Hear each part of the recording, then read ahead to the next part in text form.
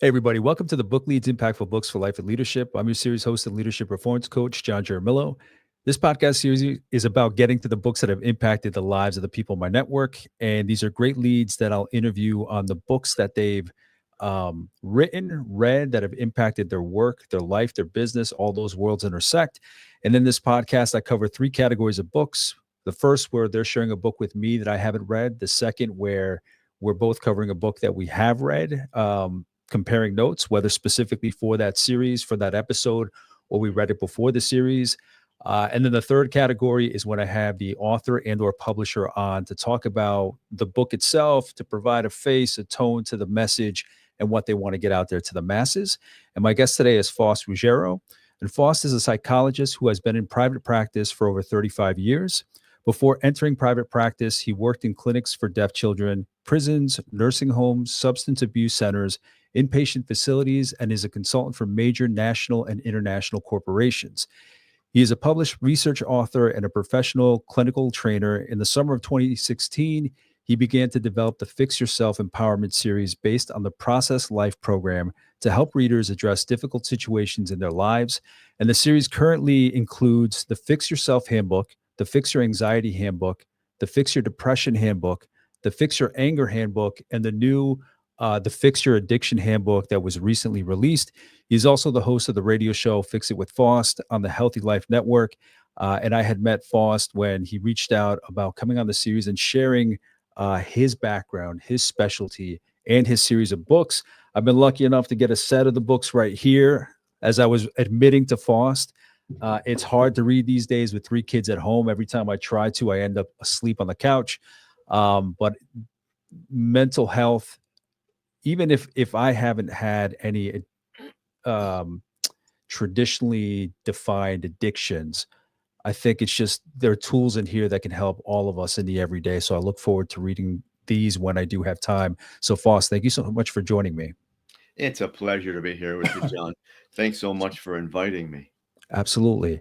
So I gave a great bio that I shared on the information and the history of your experience and the work that you've done. But just to give a little more depth to that bio, can you tell me a little bit more about the work that you're doing today, just to see who you are today, to see who it is that's sharing their book with us here on the podcast? I appreciate it.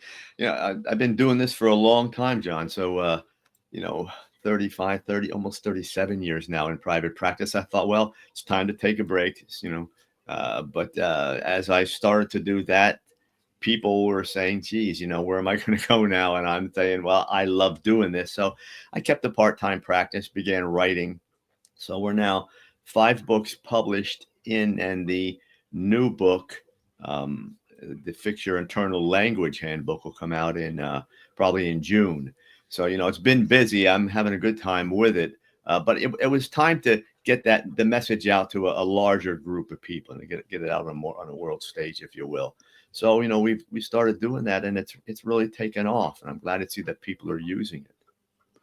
So how many hours are you working with your clients or I'm at your about practice? 25 or so. A couple corporations I work with, and just some of the older people, over 3.5 decades, you get a lot of people that you've seen. So, it's the old crowd. They may come back and say, "Hey, I need a tune-up," or that type of thing. Their families, what have you. I Yeah. don't take a whole lot of new people on, some, but but not. Okay. And to understand how you got to where you are today, can you give me a little insight into where that story started? Typically, I ask somebody, from their story from high school or when they entered the workforce, what did that look like to now, just to get a sense of, you know, the foundation for these books. I'm always curious about someone's experiences and what drives them, if they're an author, to publish their work, to put their work in. So, what did your path look like? I think there are two types of people that get in to do what we do. And one are the people that say, well, I think I like that. And they go to school and they get trained or certified or what have you. And then there's those of us that kind of get born into it. That was me. I found people fascinating from the time I was a little kid. Wanted to hear their stories, wanted to know more about them, study them, just look at them. And that just evolved into being that listener that, it's so important in what we do. And by the time I got to high school, I was, one of those kids that people came to, and even when the conversation just started, somehow it went deeper. And so I knew all along this is what I was going to do, Yeah. you know. And so here I am, all these years later, and still doing it. The key is for me was to be as diversified as possible. So, you read things in my bio. I've been all over the place doing things, and I did that in grad school too. I made sure that my education covered a lot of different things: clinical psych, developmental psych. So you have normal psychology, and a lot of people treating people for various mental health concerns, and they really haven't studied normal development. So I wanted to have that in the picture and have a research background. So it took off from there. So here I am now, all these years later, still doing it, and with the writing and all this kind of stuff in place. So did you, I mean, obviously you said you had the personality, you had like the innate pull towards it. So did you know when you were going to college that that's exactly what you wanted to go study and jump into?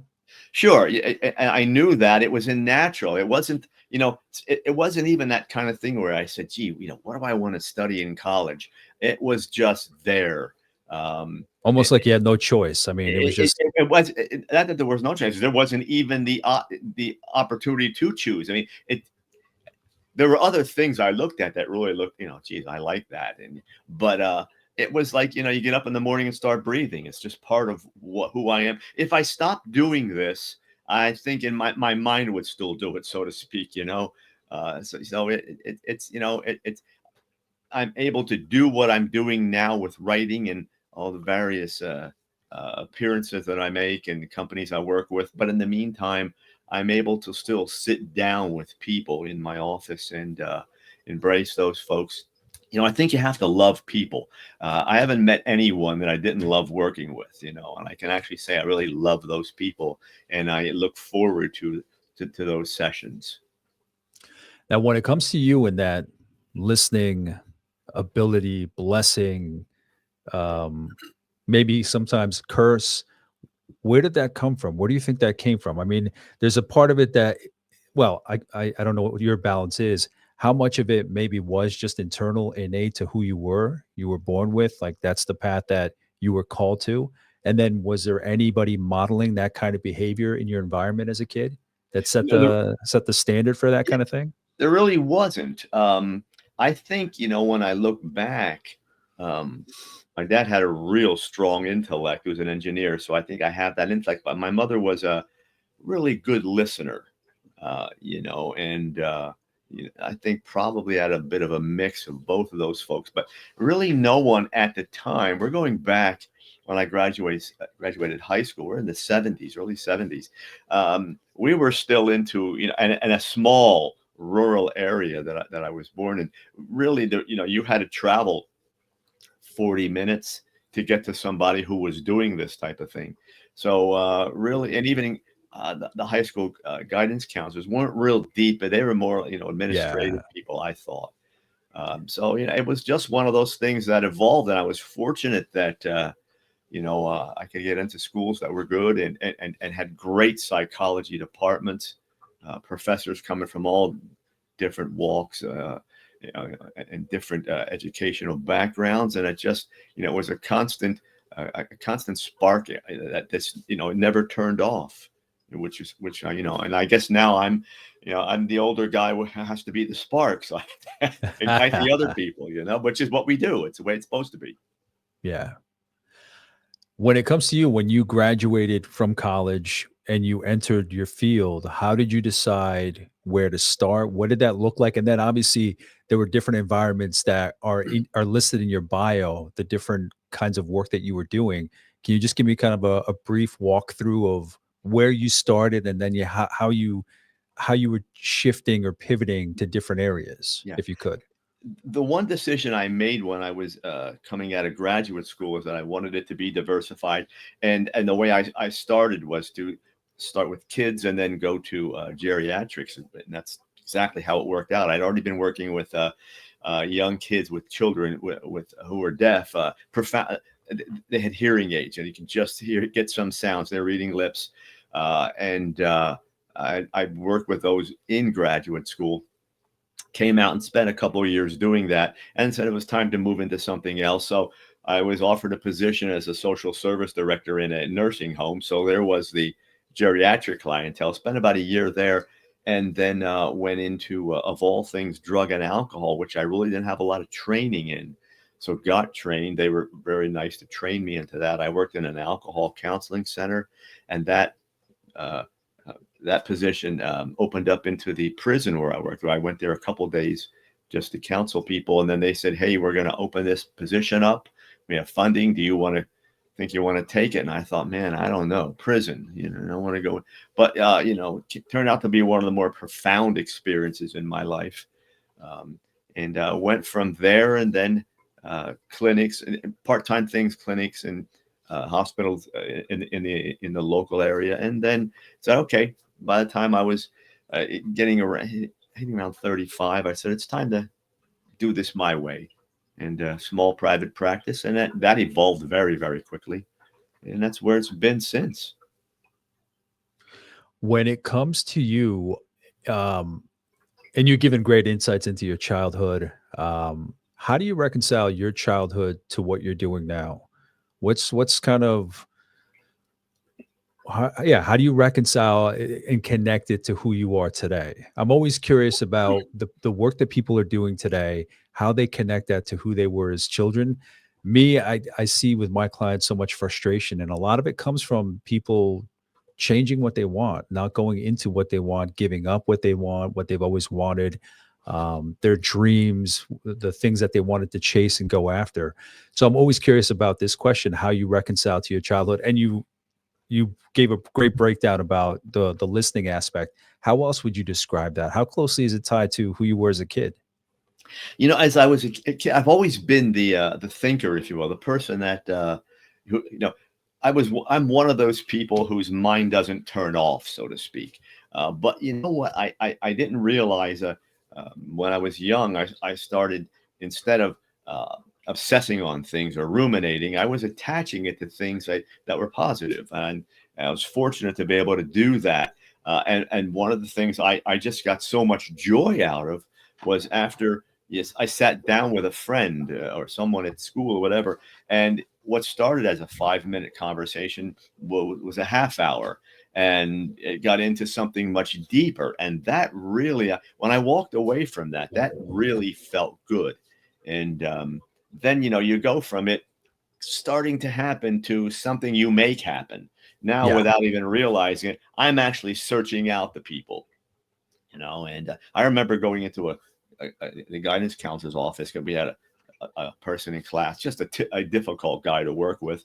And I became his friend and started talking to him, and I realized it was a horrible home environment. He's trying to struggle through it. He's angry. So I went, I'm talking to the guidance counselor about it, with in-depth kind of stuff. And Yeah. they actually got this person some help. And today he's a counselor. He's been doing this for years. So it's one of those things where you get involved, it evolves, you become a person who was exposed to it, to a person now who has embraced it, and you take off with it, and now it becomes part of who you are and connects everything. And some people, it's what am I going to be? With me, it was there, and it's been a journey, if you will. And I'm a journey person by all. I'm not this person who does the destination thing, because we all know it never looks that way. It never looks like it's going to be. And I Yeah. think we spend a lot of time getting frustrated, focusing way out there. I'm the guy that has never worked a day in my life, but who has been engaged in work 12 hours a day. I went with what I'm good at. When you say you're a journeyman, when did that first hit you, that's the way you looked at it? That it wasn't something off in the horizon that you were working towards, that it was the journey itself that you were living? It wasn't conscious, John. It's a good question. For me, I was having so much fun doing the things I wanted to do. I looked at, the having that purpose. Where, you get up and you say, "Why am I here?" And I knew what am I doing every day, regardless of what I'm into? I mean, I'm really a sports enthusiast. I played in college. I have all these interests, but this is the core. Being in service of other people. That's the core. And when you can do that every day, you're not even thinking about, let's stay focused on the journey. Yeah. You're in it every day. And then when you get older and you start to realize, yeah, you know what? It's great to have goals. I don't have destinations. I have goals, and I understand that life's dynamic enough to change the way those goals look. So, but I have an idea of where I'm going to go. I know what that goal is going to be about. I know how to set goals up and do all the necessary things to get there. But my feeling is, and I've always said this, these are moments of my life going by every day. I don't want to have my mind focused on something way out there that's not happening today. I lose today then, or at least part of today. Or my focus doesn't allow me to maximize my own potential and my happiness in today. So, I'm doing this, all the books and all these things at this point in my life because, and you and I were talking, 3 kids, I had 4, and I just plugged in every day and had a blast with that. I mean, that people say to me now, how did you raise 4 kids? And I say, I don't know. Just got up and did it every day. How do you? Yeah. There was no philosophy. There was get up and whatever the day presented, plug in and do the best you can. Yeah. The other thing I wanted to ask you about, um, you've mentioned that you are just a thinker, that your mind is always on. How do you calm that, or how do you harness that? When you say your mind is always on, it's always going. How do you calm that? How do you tackle that?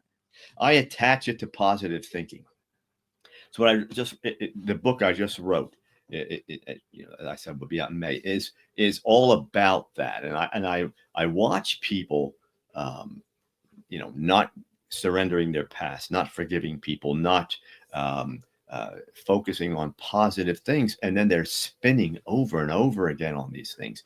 And the bottom line is, if you think somehow you are going to change your life so that all the negative stuff, all the challenging Mm, things go away, boy, you've missed the boat. That's going to keep on happening. So, I look at the positive and consciously in everything I do. And that's probably the word that you might be looking for. I don't ever use the term mindfulness. I think it's a very, very misleading term. I use conscious thought, be conscious, to think in the moment, but to be able to take that and expand on it. And in my life, how do I stop it? First thing I do is I say to myself, I'm not thinking about that. As simple minded as that sounds, there has to be a decision to stop doing something you're doing that doesn't work for you. If you're overweight, you've got to make the decision to say, I will eat healthy. If you're thinking the first decision must be, I must stop it. The mm, next decision is to divert my attention to something else. Okay, I'm not going to think about this. I'm going to think about this. And then the third part of that is to expand on whatever I chose to divert my attention to. And that's how I do it. This is conscious. And the key to this, I think, is for people to understand, is that in addition to your brain being a thinking machine, your thinking machine, it's your learning machine. You're not going to stop doing things you do that don't work for you overnight. These people that put these books out, stop this in 21 days. It's yeah. insane. The brain doesn't learn that way. I think these people don't have a real good fix on anatomy. The brain, I always call it repetition over time. And that's how the brain learns. And if you keep repeating something over and over again, then it works for you.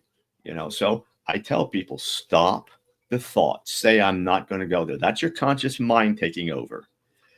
Next step is to divert your thoughts somewhere else. Next is to expand on that. You are now saying, I will take over my thinking, because all that thought in your brain that goes the Yeah. wrong way, that's autopilot thinking. That pops in and you don't control it, and you Yeah. run with it.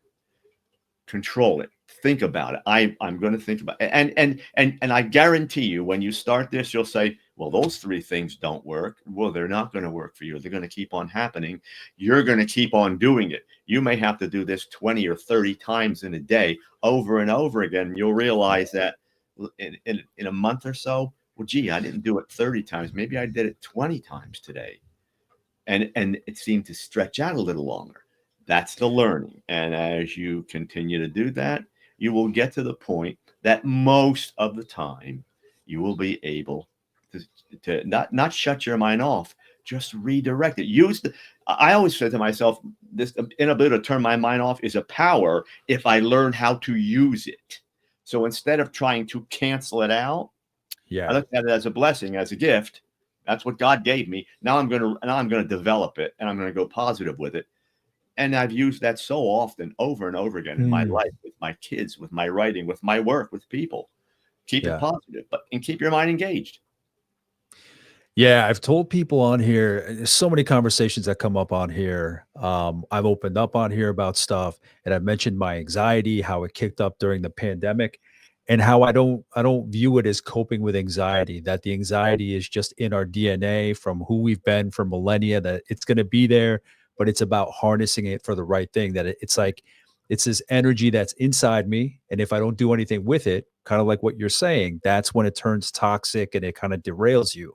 So I have gotten into that mindset of, when I feel that sensation, asking myself, okay, what is it that I need? This is bullshit. This has got to stop, whatever this sensation is. Do I need something intellectual, relational, emotional, physical? What is it? Do I need a workout? Do I need to run? What will harness that energy for good? So I appreciate hearing that. I'm in tune with that kind of the thinking of that repetition over time, capturing yourself, catching yourself, and redirecting that. And it's a great way to think if you can do it. But you also, it's important for people to understand how the mind works. We have so much going on every day, and we talk about the mind working in milliseconds. The reason it does that is because it's able to shift something it learns into that automatic process, autopilot, I always call it, if you will. But the autopilot can work against us. That's where all those thoughts come through.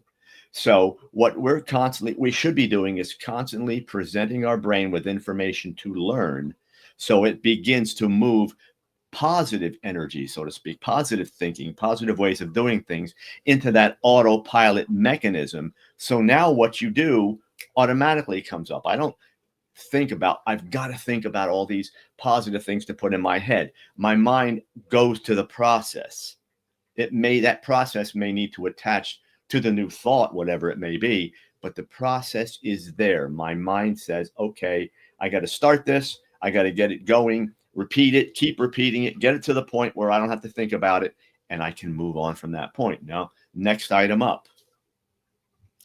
Faust, you had mentioned the word or the phrase or the thinking behind mindfulness, that you weren't too crazy about that. Can you Yeah. elaborate on that? What is it Yeah, about I that? think it's misleading, and I think it's one of those catchy phrases everyone started using, and no one efficiently explains. It's in our field. People love, particularly in podcasts and interviews, to say, "Here's my new acronym, and here's my new phrase that I have, The and here's the new catchphrase, yeah. concept." And most of it comes in ways where people, let me say it this way. I've asked people over the last 5 years, what is mindfulness? I very rarely ever get a good explanation from anyone listening. What they will say is to keep your mind focused in the present. That's about all they'll tell you. When you're talking about being conscious, you're talking about neurological processing. Mindfulness just doesn't explain it, doesn't go deep enough. So people never really grasp the term. They all get to a certain level, but I say to them, are you through all these things that were burdening you? And no, they're not. Are they better? Yeah, I think they're better. And how are you going to keep it going? And how are you going to develop it? And what's the next step? Because conscious thinking has steps. It's a process, and every process we use should evolve, should have different steps that take us from the simple introduction of the step to the higher order parts of it. Mindfulness people don't teach that. They just simply don't. They jumped on, most of them, I don't want to say all of them, most of them jumped on the bandwagon. They're teaching a concept, and it's sort of like when they said, you must love yourself. Well, that's great. And you know what the next question is, how? And no one has the answer. See, so, there's a process. My first book is all about processes. There are 52 processes of living in there, whether it's honesty or gratitude or humility or what are all the various little processes we need to move forward. I include conscious thinking in there because it's all about conscious thinking, not mindfulness, because it just doesn't go deep enough, and it never touches the physiological, the neurological part of it. And we need to be able to teach people in layman's terms how to deal with those concepts. Beautiful. Thank you. Faust, you've mentioned certain things, but I always ask this just because I'm curious what stands out to the person, to the guest themselves. What do you consider your superpower? Listening. Absolutely. If you can't listen, we have a world of people who think that we're all empathetic. Unless you can really, really dial yourself in and listen. And listening, people think means it's done with your ears. Listening is done with your eyes and all your senses. When you engage all of that, and then you incorporate that to your listening process, you can really, really connect with other people. And when you do that, your mind never stops learning. You stay humble. You stay in a learning process. I always tell people that wisdom has nothing to do with being brilliant and smart and gaining all the information. Wisdom has everything to do with being humble and keeping the learning process going. So when you talk about superpowers, I kind of grab onto those things and keep them going. Listening, learning, those are my superpowers. I'm the guy, John, that if I'm watching a movie and a word the writers put something in the script, it's a word I don't know, I'm going to find out what that word meant, and I will. I may not pause the movie, but I'll make a note of it. I'm going to go find out what that was, or someone said a concept. What was that? Now I'm going to go find out. Not to be an expert, it gives me more, and then I'm going to use that in my mission in life, if you will. Listen, and anytime you say something and I chuckle, it's not laughing at you. It's because I do the same thing. So I can relate. Anytime I hear a guest say something, a process, a quirk, whatever it may be, and I chuckle, it's because I understand where they're coming from. And Faust, last question before we jump into the book. And I'm a leadership coach, so I'd be remiss if I didn't ask you. Actually, I wanted to ask you something before this. Can you speak to listening? I mean, you'd already spoken to it, what it looks like, what it really looks like, all the senses. Can you speak to listening in the modern era with just so much noise surrounding us, whether it is technology, whether it is social media? I know I'm catching you off guard with this question, but what are your thoughts on where listening stands nowadays? Listening is going too fast. There's a lot of noise, but we have adopted, embraced, and now champion a fast way of life. AI is coming into the picture, and AI will say to your brain, don't worry about that. You don't have to think over there. AI is going to think. If you really want to be a great listener, your first order of business is slow down. I always tell people, if I'm in a counseling room with you and I want to talk real fast, let's go cover this and at the end, you're going to say, I don't even know what we talked about. But if I slow it down, first thing, I validated you. You're not going to get anyone to keep talking if you don't validate them.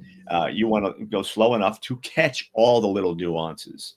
So you got to slow down. That's our key. And you can slow. And I say slow down. That doesn't mean you have to get out of step with the way the world's working. It just means that when you slow down, you have enough time to filter out all that noise and separate what is significant from what's insignificant. And when you do that, you'd be surprised. In what I do for a living, I've got to keep up with everything going on in the world, but I don't have to become part of it. I just have to know it. So I slow down to understand it all, and that helps me help my people. All right. The question I was going to ask as a leadership coach, I'm curious, what does leadership mean to you? How would you describe it? What does good leadership look like? Leadership is like power. You don't see it. If I come on and brag as your leader, the first thing a mind that hears that does is says, I'm not so sure about that. So negative right away. If I'm going to be a leader, I'm going to dial in. I'm going to let you know that I understand what you are thinking and feeling and talking about and living every day. And then I'm going to talk about how you and I can move in that direction. If I separate myself from you and present myself as though I've got all the answers, I have the way to go, you're not going to want to follow. That's it's just the way the human mind works. It's a protective device. It's part of Yeah. survival. If you try to pull me in a direction, I've got to pull back because I can't trust where you're going. And that's the other part of leadership, is to establish trust, honest trust, not let me get you to trust what I'm saying so you can buy my product or buy into what I'm saying. Let me let's have that bond. Let's connect. I'll trust you, you trust me, and that's all there is. It does. Leadership should not have agendas, and I want you to get where I want you to go. We establish that along the way. It's respect. It's the humility is in there. If you establish all those, you become a leader. If you Yeah. try to become a leader, you never get there. My opinion. Yeah. Yeah. Yeah. And I mean, you must see this in your work or have seen it in your work. Just how much, if we try to achieve something, the further it gets away from us. You know why that is? I just had this. I counsel a lot of people. I was counseling an actor, and so bent on his career. And I said, "Do you realize that you are focusing on your career? Be in the right place, be dressed the right way, say the right things, do all that. But you're an actor. Why don't you just focus on being the best actor you can be, and the career will take care of itself?" I teach a lot about energy management, where you put your energy. And that's another key to the way I live my life. Energy where it's supposed to go in the right amounts, the amounts that are specific to whatever the task is. And I don't see people doing that. Their energy is all over the place. And it's I always say, do you go into the supermarket and buy a candy bar and spend $60 on it? Well, no, that'd be too much money. Well, it's the same way with your energy. You're putting too much energy on these small little things, and you don't have enough left to run your life. So energy management says, know what you want, focus on what it takes to get there. But if that destination is just the glory of it, I don't know how you get there, because we don't teach glory. Yeah. Faust, in an ideal world, where would you teach that? Where would you teach that mindset, that wherewithal of energy? I mean, is it to young kids? I mean, when do you think they should start picking that up and thinking about that? Because I mean, so it's not to say we should eliminate all stresses in life. I'm not that naive, but there are certain things that we can prepare younger generations for. Where would you think that would fall in a kid's? I know I'm putting you on the spot here, when they start thinking about where they put their energy. Maybe you've already had that conversation with the kids that you've counseled, but I'm curious what you think in terms of how we're developing, because every generation is just different. I mean, my son's generation is a lot different than when I grew up in the 80s when I was their age. It's just a completely different world. So where do you think that should start? We don't have to go in deep, but just in general, just that mindset of Yeah. where you put your energy, because you know how kids are. The But an- go ahead. I'm sorry. the answer to the question is very simple. Do children where are they doing what they do? School, family, sports, where they hang out, if you will, all those kinds of things. If we get a little bit more conscious about presenting the right programs, like you, I raised 4 kids, and coming from a background as an athlete, and all my kids were athletes. I was coaching youth sports forever. We were sitting down and going over all the teams I coached or was involved in coaching, and there were like 32 of them. What I did was taught these kind of things, and I didn't realize it because we were doing it, and I was fortunate to coach with other people who bought into this, and we would be teaching life lessons. We always realized the life lessons were bigger than the sport. So we did it there. Schools. I've worked in the schools. And when you go in and you have these minds that are hungry for information, their thoughts are not solidified yet. They're learning. Yeah. They are just, sponges. We teach some of these courses. If we could teach how to put your energy where it needs to go in schools, that'd be great. Families, but we'd have to teach parents first because they're not doing it. Example, if I could tell you how many times I get a parent in my office and I say, we got to spend this much more time with the kids doing this. And they say, I don't have much more time. And the kid says, time out. You're on your cell phone an hour and a half every night on television. I say, well, that's where your energy's going. So, it's answer everywhere. There's always an avenue to do this. And that's why we do what we do. I always say I have job security because people aren't doing this. Like a kid comes into my office and I start talking about energy management and they all say that, oh, now I could do this better. Yeah, you can. It's learning how, we like to teach time management, but energy management is even more important. Yeah, agreed. Thank you. All right, now we can jump into, we're here to discuss the last book, but if you could, why don't you just give me a brief walkthrough of how you came to each book? When was it you first decided, okay, I want to start writing, and how did you come to each book that you wrote in your series? It's a good question. When I was in grad school, in even undergrad, of course, you take a lot of psych courses and you learn all these things, and it gave us a great foundation for what we do. Now you get into the real world and you start counseling, particularly in private practice, and some things I phased out a little more. Other things I started to use more. Then I started to realize that everything we do when we teach, everything, the way our mind works, is all about processes. Simple example. You and I are doing a podcast. There's a whole process that started months back. Contacts made, scheduling done. I'm sure you looked at some of the things that I had done. I looked at your podcast to see how you did things. So we established a process so that when we get here, it works. So I started to realize that processes were what we needed to teach people. Things like honesty, slowing down life's pace, journey living, humility, gratitude, how to stop people pleasing. All these things were there. So the first book, I said, you know what? I'm going to put all these processes together. And it's an interesting thing because I didn't have them all listed. I just worked with them every day. Now you list them, and they came to 52 of them. So I said, all right, I called it the concept, the process way of life. Something very simple. Didn't want to get into something, exaggerated. So the first book, the Fix Yourself Handbook, is essentially that. 36 chapters, 36 different processes.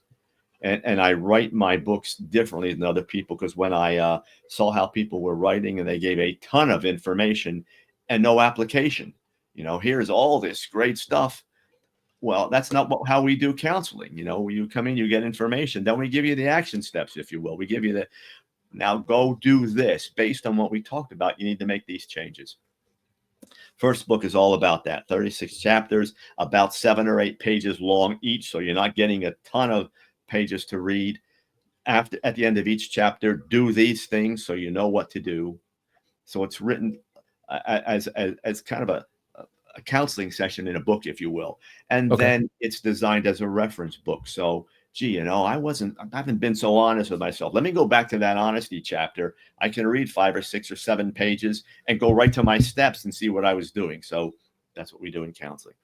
So that was the first book. Then the pandemic hit and I watched everyone do exactly what you said before. Here went the anxiety. I'm in the house. I can't leave. I don't know what's going to happen with this. People are getting sick and dying from this. I don't have enough toilet paper. Seriously, right? And let's get crazy over that. So the second book was the Fix Your Anxiety Handbook. Really dealt with how to deal with anxiety and kind of start toning that down. And so after we did that, if you have anxiety through the pandemic, depression's coming because we isolated. We went with depression. And again, anxiety and depression, two of the biggest topics we deal with when we treat people. Um, then interesting, the elections came along, and I watched the anger in this country, which is still there, and said, I'm not even sure what people are angry about in a world where we have the most of everything in our country, along with the freedoms. They were angry, so we went to anger. And then the fifth book was the Fix Your Addiction Handbook, and that has 17 different kinds of addiction and ways to deal with all those. And each one of these, I give the steps at the end of the chapters, but at the end, I start the last 10 chapters are typically a master plan. Okay, those chapters all had the work, the steps you need to take. Now here's the master plan to change it. So the Fix Your Addiction Handbook came out in December, and this June we'll do the Fix Your Internal Language Handbook. So it's been a journey, and we're going to keep on going. I mean, the books are well received, and the biggest comment I get is, gee, not only are you giving me information, you're showing me exactly what I have to do. Yeah. Yeah. Yeah, and I mean that just goes back to the mindfulness conversation we had before, where people kind of hop onto that latest craze, that latest fad, the latest this and that.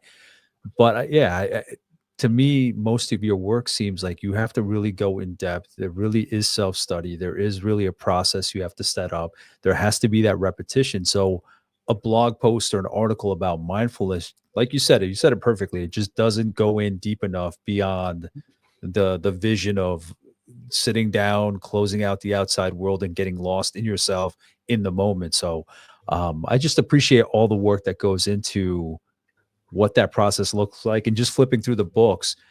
I like that they are set up in such a way where you said you don't have to necessarily sit down and read it front to back. It's very, referential, where you can pick the chapter that you need at any given moment, hop into it. So I appreciate that, the way that they're broken down, especially the the period of time, the era in which you put these out is just very timely for everything that especially our country has gone through.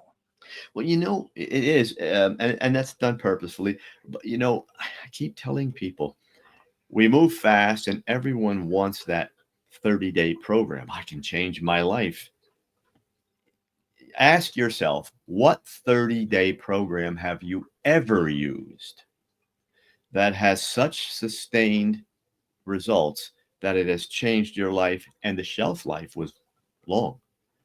Yeah.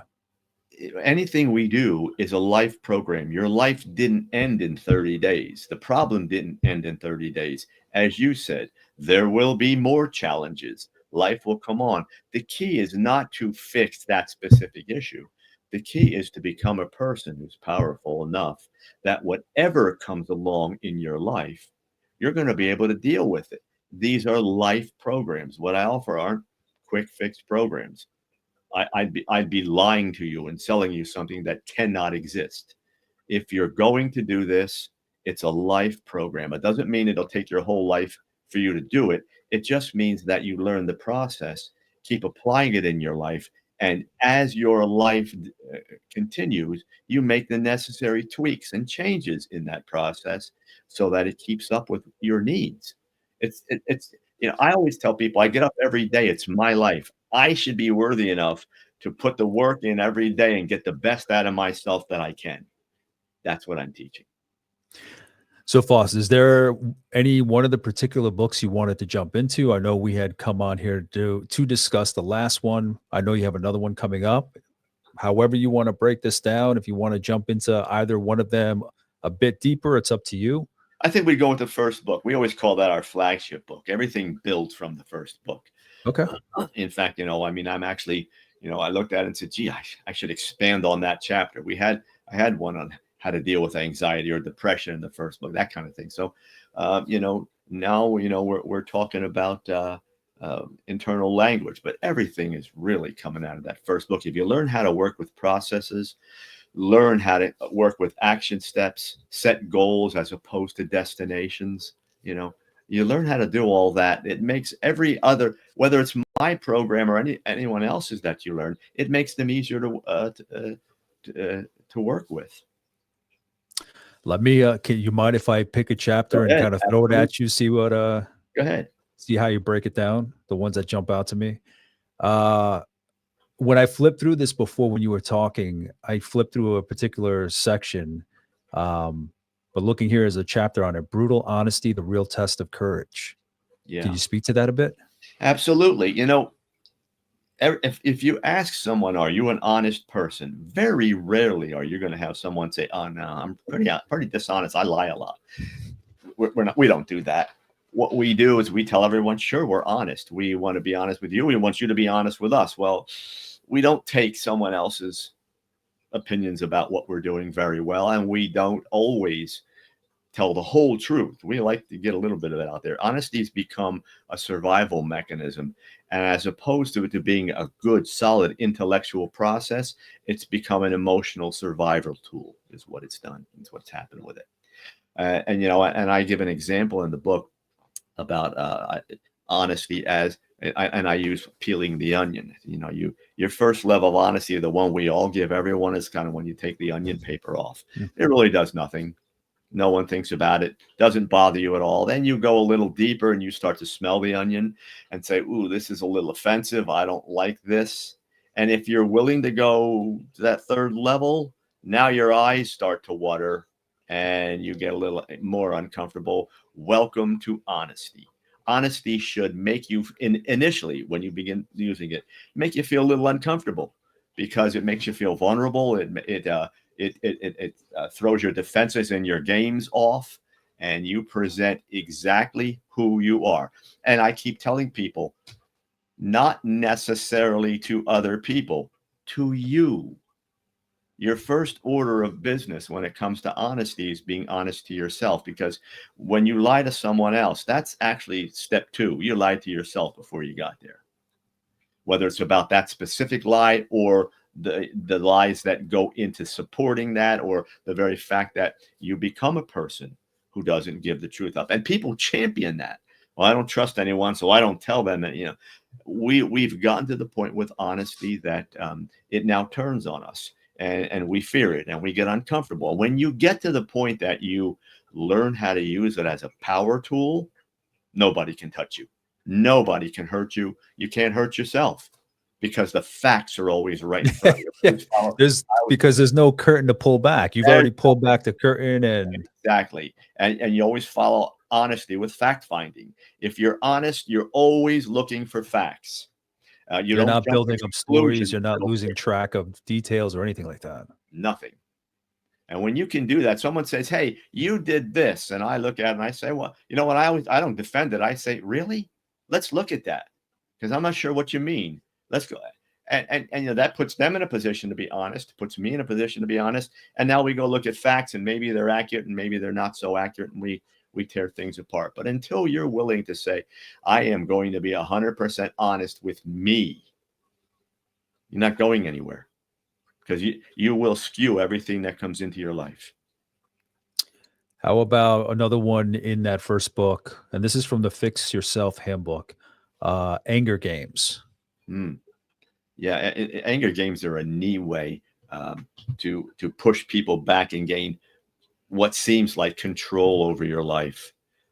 And we have all different kinds of anger, all different reasons why we use it. But the bottom line is it's a protection device. If you are using anger, the key to anger is that it almost always has a fear base attached to it. I don't care if it's reactive. There's all different kinds of anger, reactive anger, all Yeah. different. And even when you're reacting, you're the person that flips on a dime. There's always a fear base there, because once you get to the fear, the anger doesn't have to be there to support that. Doesn't have to be there to cover it. Doesn't have to be there to push someone back. We use anger for a lot of reasons, and then it gets to the point where it becomes such an efficient process that we use it for profit. We use it to control other people. We use it to make sure no one's going to get over on us.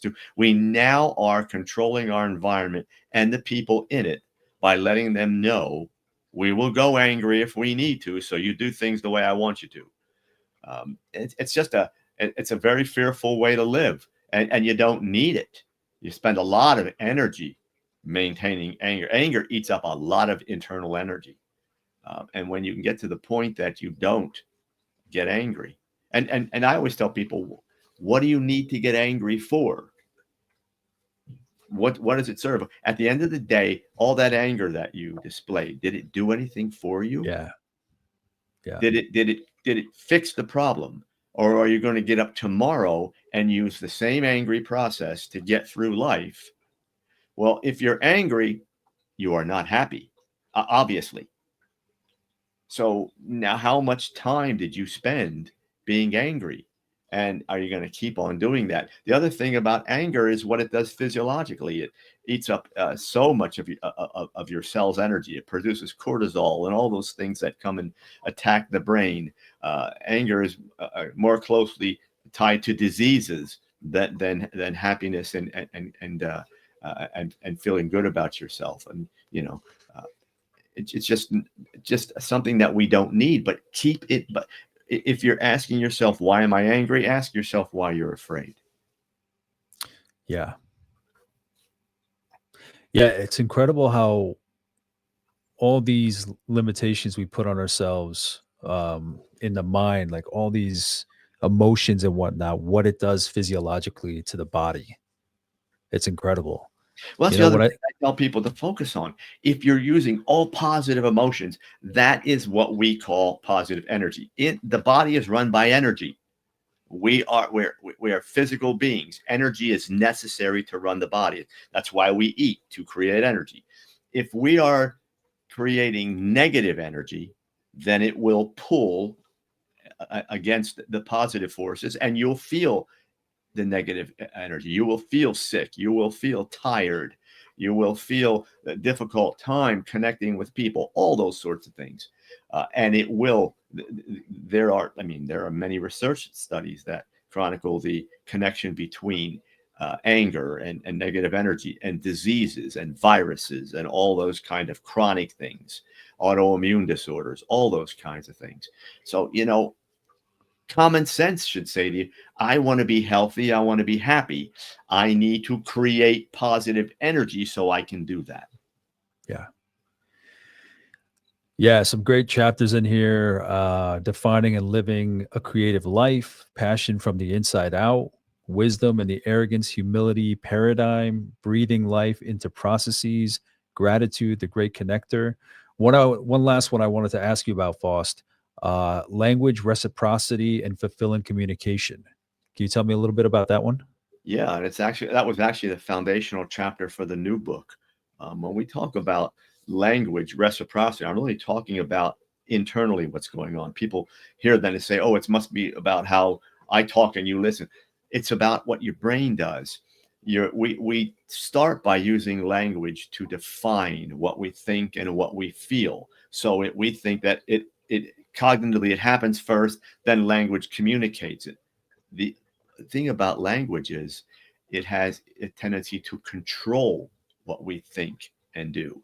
If I'm a person that always reacts with negative language and I got those angry thoughts going in my head, it starts with angry thinking. Next thing you know, I'm going into scenarios in my head. I'm having conversations with people that aren't there. I'm that Yeah. angry. That turns into an internal behavior kind of a thing. And next thing you know, I'm in the environment doing it. So language can either be a result of what we think, it can communicate what we think, or it can control what we think. So that positive language and learning how to talk to yourself in a positive way, that's great for happiness and loving yourself. And that's all, but it actually controls what you think and what you do.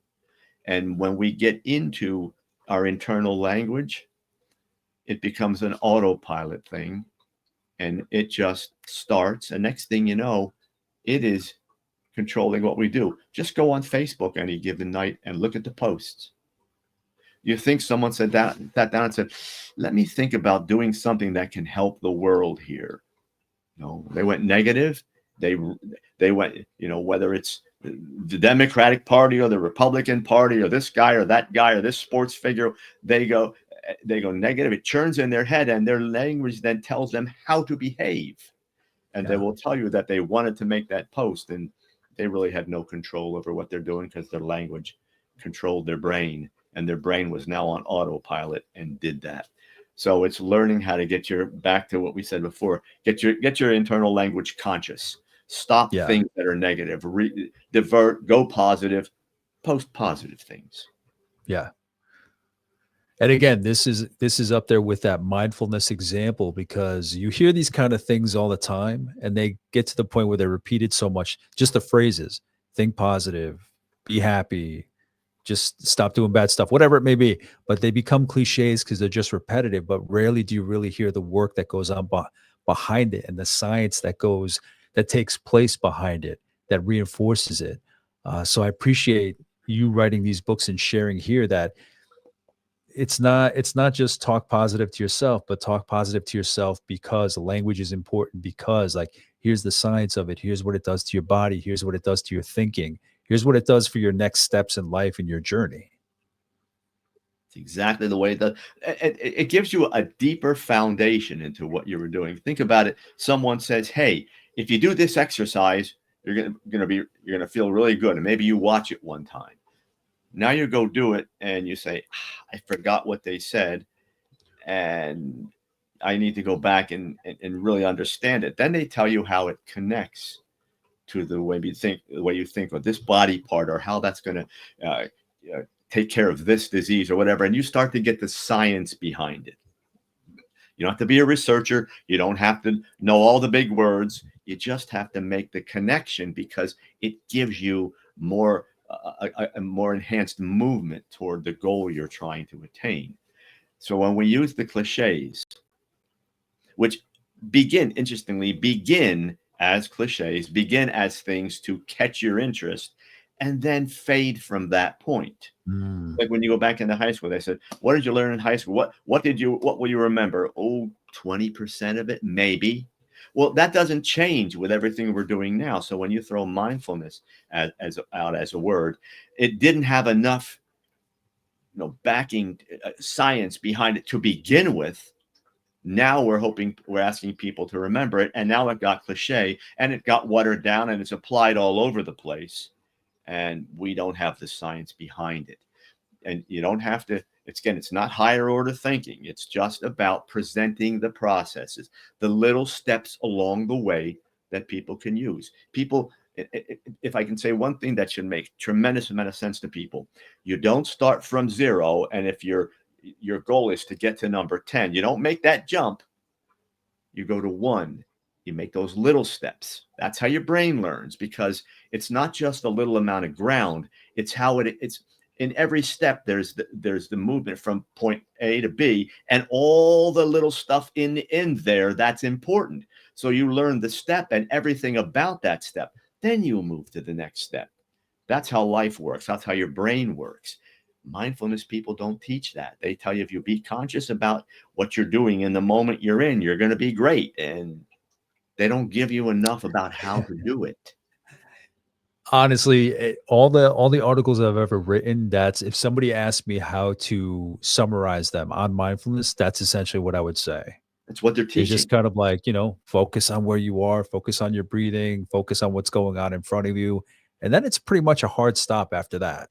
It doesn't go deeper. It doesn't go into, okay, what happens the next day? It doesn't go into, okay, what did I take away from that first session? What should I change to the next session? So, and I need to make it clear, this will really help round out this part of the discussion. I'm talking about conscious thinking. I'm giving you all this information, but I'm not, the learning part of it for me hasn't stopped. I'm going to continue to research more about conscious thought, how the brain connects with the physiology, because the brain and the body, people separate the brain and the body. mm-hmm. It's all one. Yeah. and we need to learn. So I keep on learning more about it. So for the mindfulness people that are teaching that, this is not a criticism what you do. I think you did good getting that first step out, but now go learn more about it and teach your people more about what you're learning along the way. Faust, I always ask authors what they took away from writing their books. Obviously, you wrote these books later in your career. I mean, you're established in your knowledge. You're always learning, as you've said. But what was there anything that changed in you? How did your books change you? How did your thinking evolve as you put out these books? For instance, you pick one of your books. Did your thinking change on the subject from working on that book? Did anything evolve? Anything change at all? John, I can take that question and make it an extension of the conscious discussion we just had before. When I put this all into a format, and I actually consciously thought about this as I was counseling people, I was saying, God, I'm a better counselor after I wrote my book and read my book. And I realized that what I did is I put conscious thought into every single thing I'd always been teaching. It made me break it down all over again. It's almost like saying, hey, I've been teaching about honesty. Uh, wow, I just wrote about this and I got a couple points that I never really thought about. Now I incorporated them because what I did is took an autopilot thing, something that I learned 4 decades ago and Yeah. had been teaching it and always I've always been the person to tweak it as I go, but now I wrote it down. We don't do that. You're involved in this part of your life. You don't say, let me go write all my stuff down again and review it and see what I'm doing. That is something that I did. I said, oh man, this is changing my view on language and that reciprocity that changed. And so I started using a lot more of that. Then the interesting thing, which really blew it away, is people began coming into the office or online and they had read the books. So now they were going deeper, which forced me even deeper. So it's an interesting way this whole thing just snowballed. Voss, what lessons do you hope others take from the books? If you could sum it up to somebody who's not sure about the books, what would you say to them? What is it? What is that selling point? Just that blurb about the value of the books and the lessons. John, we call it the Fix Yourself Empowerment Series. What I want people to understand is that you are going to get next to nothing by focusing your efforts outside of yourself and trying to follow the crowd and be trendy and make sure you're in step. You don't even know who you're following.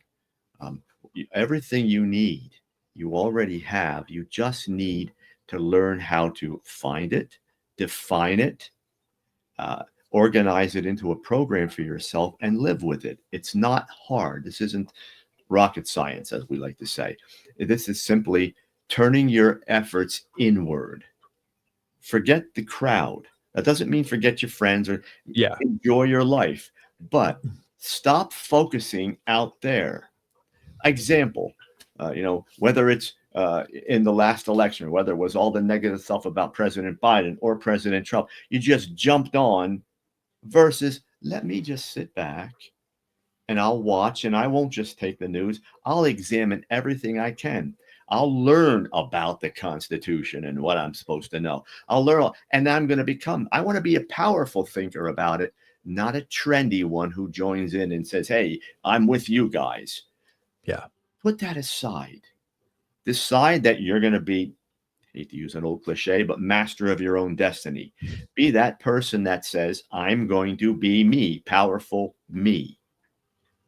And once you do that, anything that comes up in your life, you will be able to deal with. Voss, what's a book that's inspired you? We're here discussing your books, but if I were to bring you back for a book that's really made an impact on you, what's Yeah. the book that stands out? Everyone looks for that self-help book, I'm going to say, but it's not. It's a novel, a couple novels. When I was in high school and, you go back to that internal stuff and all that, the way you're focusing on your brain. A friend, a very close friend came to me and said, you got to read this author. And his name is Herman Hesse. And he wrote things like Steppenwolf and Damien, which was the first book I read, and um, the Glass Bead Game. And that, if you read Hess, Hess is like a psychology lesson about life and how it was lived. And he was a guy who went under analysis himself. I think it was Carl Jung that he um, worked with, and it was one of those things that connected me into looking deeper into myself. You don't have to say the person who you're getting something from is teachers like ourselves, or sometimes it's that one little thing that trips the switch, and all of a sudden your mind went over here. And when it does, if it's positive, go follow it. So, he said, here, read this book. And it was a dark kind of, but what it did is it just turned me into thinking, this thing in my head goes deeper than what we're doing. And, so find books, be willing to look for things that can inspire you. But if someone says, hey, I read this, and the message here, what it connected inside me was something so special. Herman Hesse is, and it's interesting. Herman Hesse, I've read all the books, but every now and then when I can read, I will pick up an old Hesse book and go through it again, not to read what he wrote, to get that thing inside me again. It keeps doing that, Have you ever, are there certain things that you pick up in subsequential readings that you didn't pick up Yeah, always. before? Always. Because you know why? What happens is I read that as an 18-year-old. Yeah, exactly. And then probably decades, I've read it 2 or 3 times. So here I am now at this stage of my life, and things are completely different. So when you read a book now, it should resonate into some, connect into some different things, and that's where it resonates. So now I'm looking at things with a more conscious way of looking at things. But the way I'm looking at things now is I wanted to connect, and I have so much more inside me to connect with. 18-year-old, I'm trying to find myself, versus I've got all this stuff, and I'm the guy at this stage of my life that could sit down with Hess and have the conversation. Yeah. 18-year-old, I might have just been enamored. Boston, wrapping up, what are you up to these days? Is there anything else that you want to share that maybe I didn't cover? Any questions I didn't ask? Anything at all? The floor is yours. Yeah, you know what, John, we're back to being powerful and not following the crowd. It's how you live your life. For me, I remain a person of faith. And people don't always like to hear that, but I always say, when it comes to faith, for me, there's a higher power. To me, it's God. I define that like I defined any other thing in my life. Whatever you're going to get yourself involved with, be able to define it, take it apart, and have your relationship, your very deep, intimate relationship with whatever that is. That's how you're going to find yourself. That's why the trendy doesn't work. It's superficial. That's why reading books with just new trendy stuff doesn't work. Define it. If I'm married, I have a defined relationship with my wife, with my children. I have a defined relationship with my Lord. I define everything so that I know how I connect with it. I'm connecting with the parts of it that I have really, really gone deep into. And that's what produces, the quality of life. That's what produces the intimate stuff that's so good. Was your religion, is that a family thing from your parents? Is that something you discovered in your own journey or picked up later? Or that's what I'm talking about with definition. You come up with no religion, and we were brought up Catholic in a small Italian town, but what I've done over the years is it's not so much Catholicism as it is now. When I defined my relationship with God, it includes a lot of those parameters and maybe not some. And, it is, but what I did not do is get cliche about it. I'm not the guy that said, well, I know there's something out there. It's bigger than me. That's garbage in my mind. For me, it is, okay, I'm saying there's a higher power. I'm going to define my relationship with that.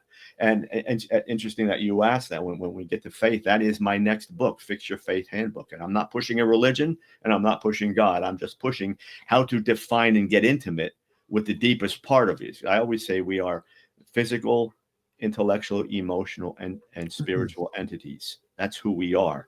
And if we can get a balance between those, that's what produces the peace. So get a strong intellect, get your emotions in check, get healthy physically, and connect with the core of your existence. You do all those four things. Buddhists call that nirvana. I'm Yeah. just calling it internal balance. That's what Yeah. the first book is all about. I'm sorry. The first book is all about internal balance. I should have said that before. That is the key to the book.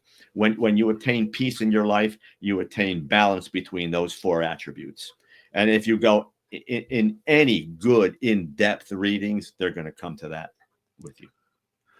Faust, one more question based on what you just shared. So, how in your process of studying psychology, working in psychology, what did that look like reconciling or having those two worlds, the psychology and your religious beliefs? What did that look like when they came together?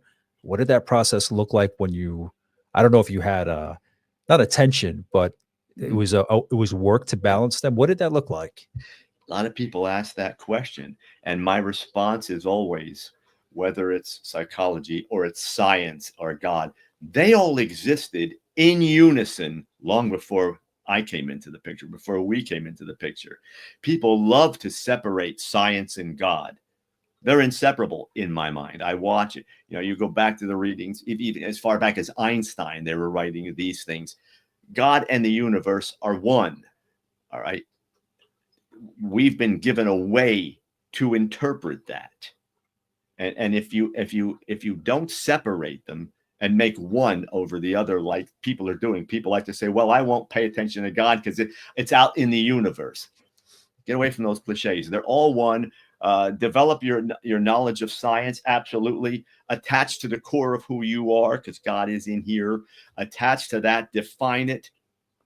There is no separation. There was never a part-time where I said, there's conflict on this. There is no conflict because they occur together. They must. I appreciate that.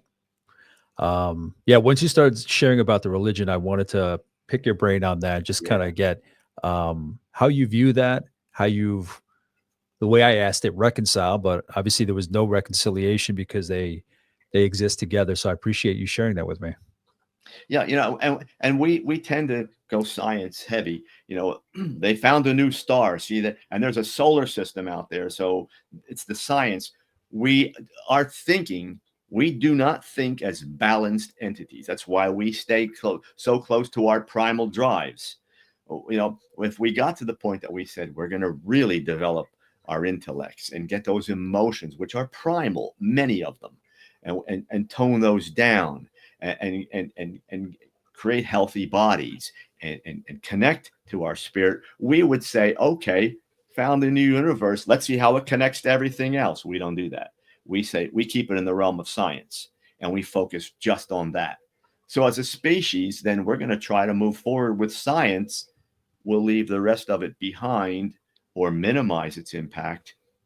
And that's the, what we sowed. that's what's going to happen. Yeah. I appreciate your just your background on that, your beliefs on that, what you see. I appreciate that so much. And again, we covered Faust's book series, the Fix Yourself Empowerment series. Like I said, I listed them at the top of the show. It's incredible what you're putting out, Faust. I think they're all amazing tools. I have 4 in my hand. I don't think I have the 5th. The 6th, I think, is coming out in May, I believe. Yes. And then you said you're going to work on the one on faith. Correct. Keep producing, my friend. And I appreciate your time. It's been a pleasure. Thanks so much. I enjoyed the time. I think we threw some concepts out to make people think. If we did that, great. Yeah, that's all we can do, right? That's it. You do your best. You throw it out there, get a little bit detached from what somebody may see. I came in here with good intentions, good thoughts, good beliefs, and an open mind to learn from you, your story, your experience. So I'm grateful for that. It's been a pleasure. If there's anything I might have missed, there's so much to cover, ground to cover, limited time. Even though I kept Faust here for a while, let me know. I'll reach out to him, see what kind of additional insights, guidance, and knowledge I can get. In the meantime, thank you for watching. Thank you for listening, and I'll talk to you soon. Take care. Bye.